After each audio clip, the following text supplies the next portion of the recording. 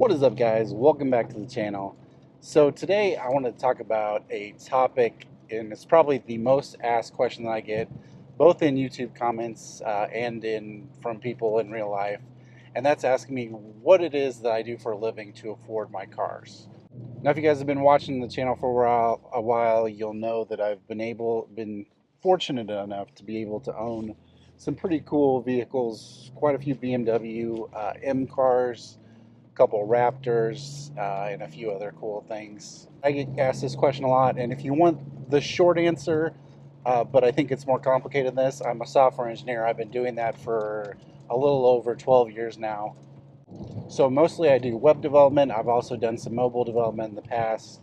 I've worked across a wide variety of languages, a lot of JavaScripts. In the past, I've done a lot of Java and C Sharp. Now focus on, as far as like back-end languages, focus more on Python. So as I said in my last video, I got a new software engineering job that started last year. And that job is pretty interesting. We're doing medical insurance claims, and part of that is working with an AI service to read medical claims forms from PDFs, which is pretty interesting. So like I said, if you just want the short answer, I'm a software engineer. I've been doing it for a long time.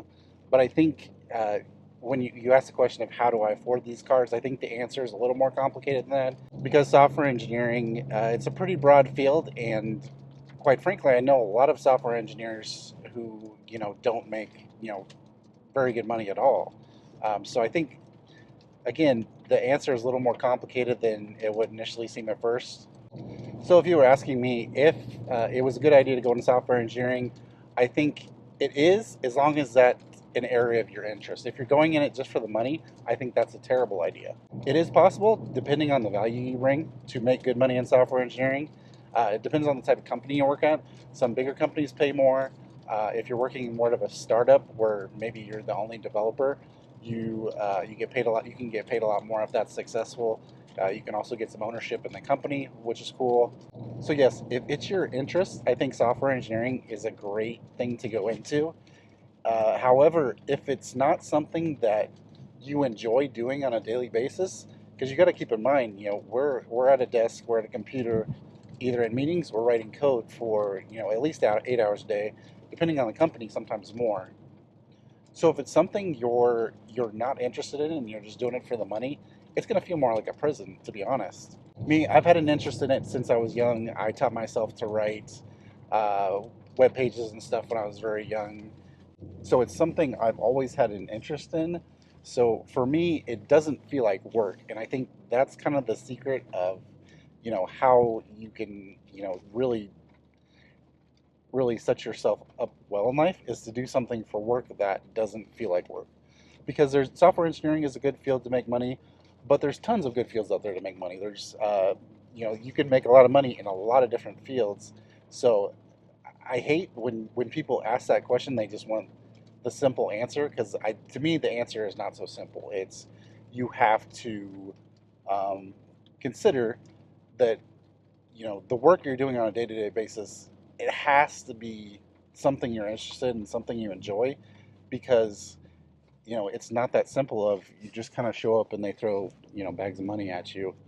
And this, especially in the field of technology, the field is changing so fast, and just year to year there's always new things to learn, so you do have to spend a fair amount of time, and I do this, outside of work, just trying to keep up with the latest trends, learn the newest stuff, just so you're up to date on, where things are headed.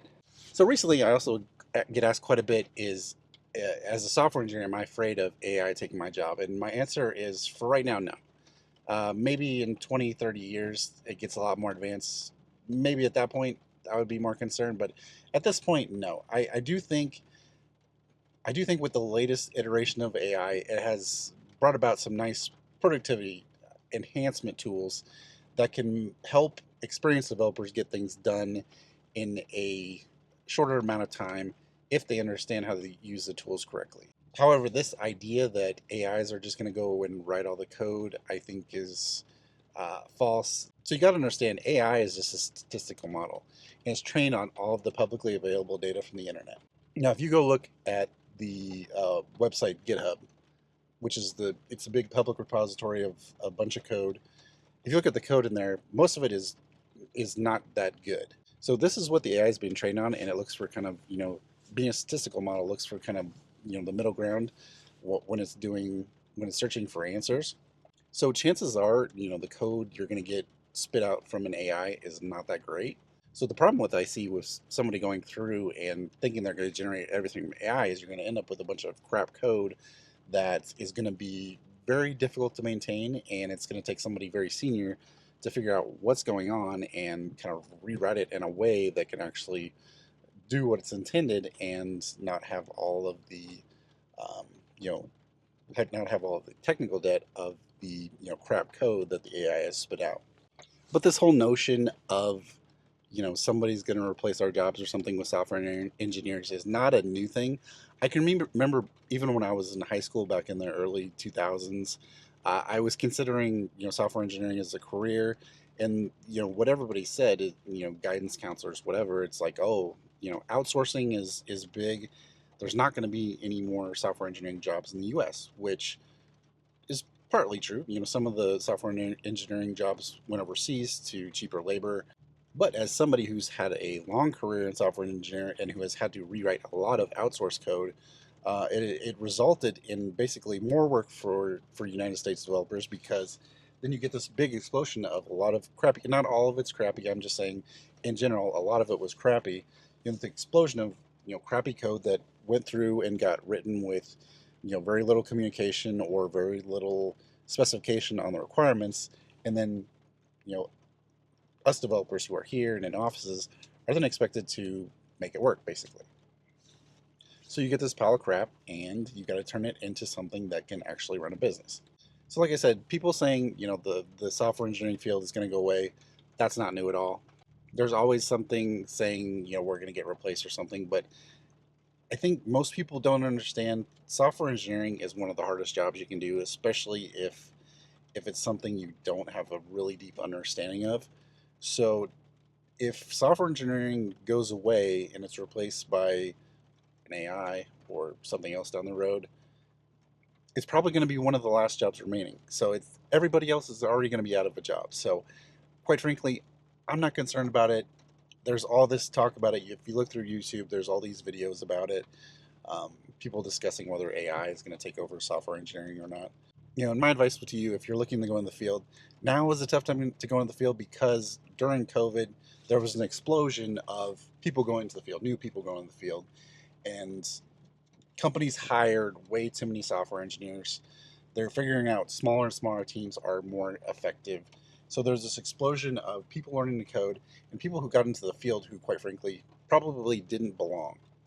A lot of the people who got in, they knew a little bit about how to write it, pieces of a UI or a line of code here and there, but didn't really have a deep understanding of what they're doing. So my advice is, if you want to get in the field, make sure it's something you really want to do. It's not just doing for the money. Because if that's true, you will do well. The field's not going away, and it's something you enjoy. It is a very rewarding career, because every business now has some technology aspect to it.